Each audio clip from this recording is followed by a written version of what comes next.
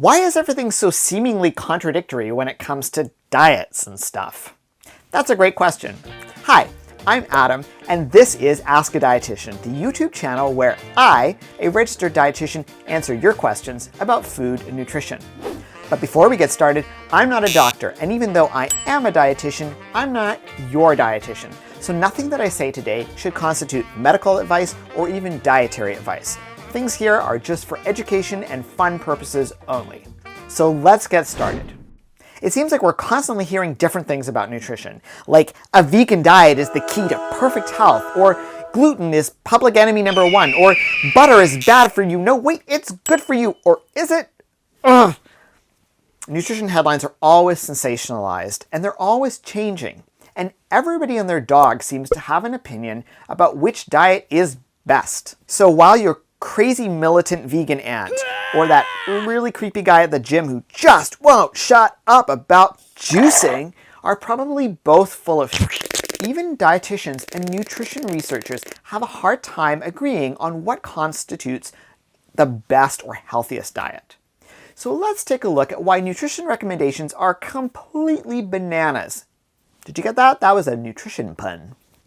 So what is a healthy diet anyway? Well, that depends on your individual goals and your unique idea of what constitutes healthy. For example, a healthy diet could be one that helps you lose weight or increase your energy, or even avoid certain diseases like type 2 diabetes. A healthy diet could also decrease inflammation in your body or lower cholesterol. It could help extend your lifespan or improve your digestion. There are so many options in terms of what constitutes healthy. Scientists like to measure outcomes, but in nutrition, it's difficult to decide exactly which outcomes to measure as an indicator of health. You can eat nothing but sweet Ben & Jerry's every day and still lose weight, provided you're only eating a tiny bit. And a diet that's rich in healthy foods like broccoli, Brussels sprouts, kale, onions, and garlic and lentils could be hell on earth for certain people with irritable bowel syndrome. So you see, the idea of a universally healthy diet is problematic at best. The catch with nutrition research is that our diet has long-term impacts on our health. So you really need to conduct studies over many years to achieve accurate results. Eating red meat for, say, 30 days is unlikely to give you a heart attack. But if you follow a die-hard steak enthusiast for, say, 30 years, you're likely to see something quite different. Nutrition research takes time, and it's really hard to convince anybody to follow a specific diet for more than a couple of weeks. And therefore, it's really hard to find out what are the long-term implications of any diet. In the past, researchers got around this by performing experiments on conscientious objectors in war or on Canadian Aboriginal children in residential schools. The health and dignity of thousands of people, many of them children, was completely destroyed in the name of nutrition science. And this very dark chapter in nutrition research should not be forgotten. Now that nutrition researchers are not completely vile garbage, they're stuck using animal subjects or relying on willing participants not to cheat while following very specific diets. Let's take a look at animal studies. These are most often done in rodents, and although I personally might be lovable and cute, the last I checked, I'm not a rodent. Rodents have vastly different diets from humans, and they have different metabolisms as well. So while animal research can be a great jumping off point, we really can't draw too many conclusions based on these studies. Often really promising study findings in mice just simply fail to be replicated when they're done in humans. And when scientists manage to study real human beings, nutrition research is more often conducted in young, healthy, white men.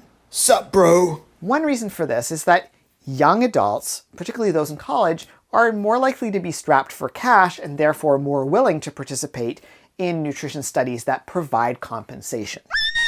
Another issue is that women, particularly those of childbearing age, are harder to study because their appetite and their metabolism tends to change depending on where they are in their menstrual cycle.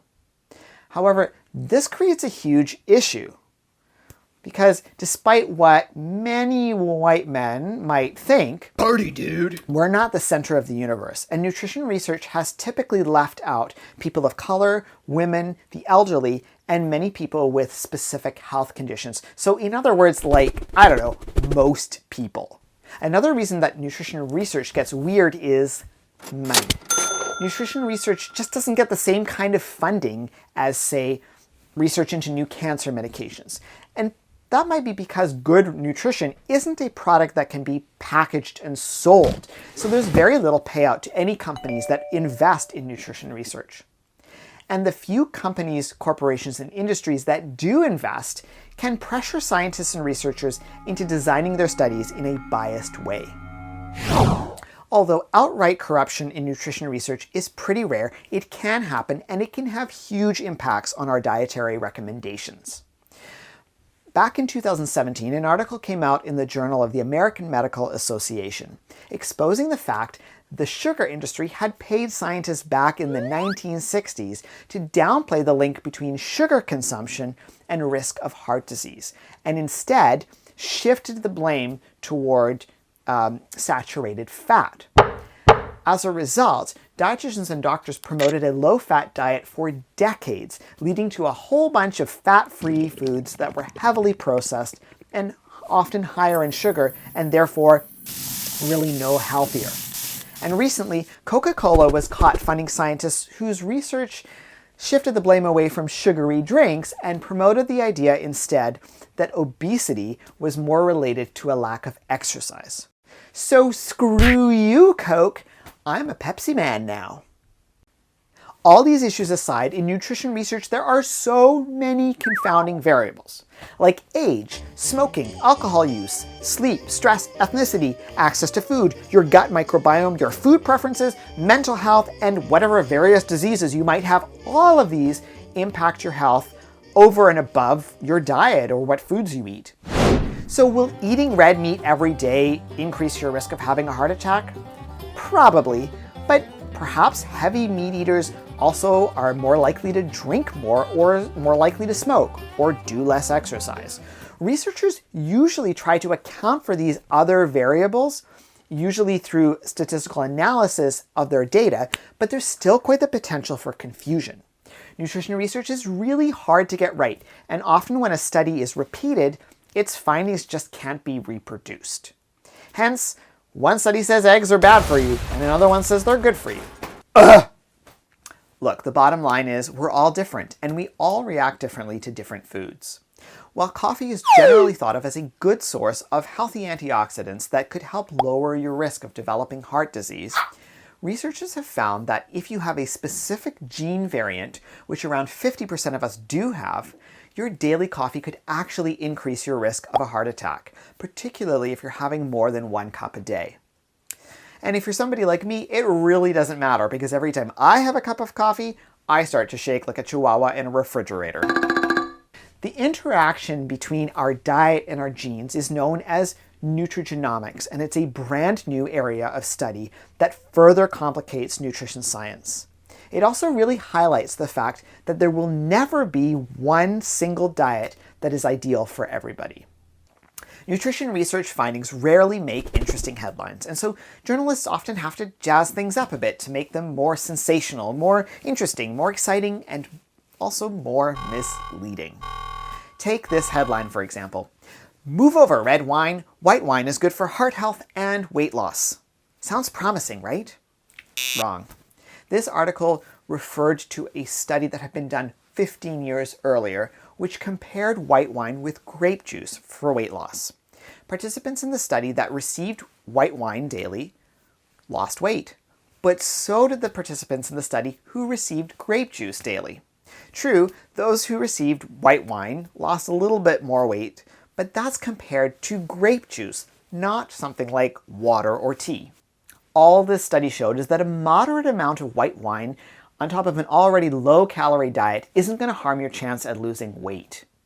Have you ever noticed that there are very few nutrition headlines about the benefits of, say, liver or okra, despite the fact that these are healthy foods? That's because nobody wants to be told to eat more liver. Look, You don't need any kind of suspect news headline to justify getting an afternoon buzz. Go ahead, have that glass of Chardonnay without guilt. Yes. You probably won't lose any weight, but chances are you'll feel a little more chill. So what do nutrition scientists and dietitians agree on when it comes to our diet? Well, eat more plants. Get more fruit and vegetables. It's not exciting advice, but it's backed by hundreds of studies. And try to avoid processed foods. Those are any foods that have added sugars, fats, and salt. That might be something like soda or pop or potato chips, instant noodles, deli meats, or frozen microwave dinners. These foods have been shown time and time again to increase our risk of chronic disease. Beyond that, though, just eat what makes you feel good and the foods that you enjoy. And who knows, tomorrow's news headlines might tell you that your favorite food is the next new superfood. If you've enjoyed this video and you'd like to see more, please go ahead and hit subscribe. You can also follow me on Instagram at Adam Weinman Nutrition. And please, comment below or send me a message with any of your nutrition questions, which I will do my best to answer in future videos.